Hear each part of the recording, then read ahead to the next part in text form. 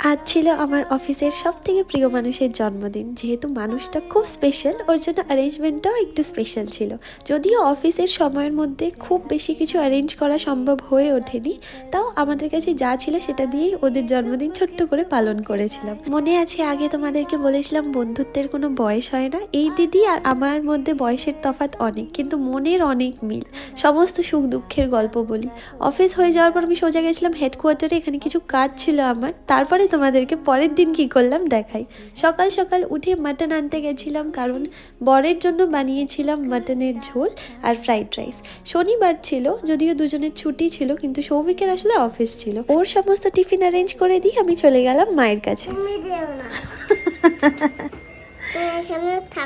আমি থাকবো, আমি এখানে থাকতেই তো এসেছি। এসে আমি থাকবো এখানে। মিমসিও যাক, মিমসিও চলে আসবে।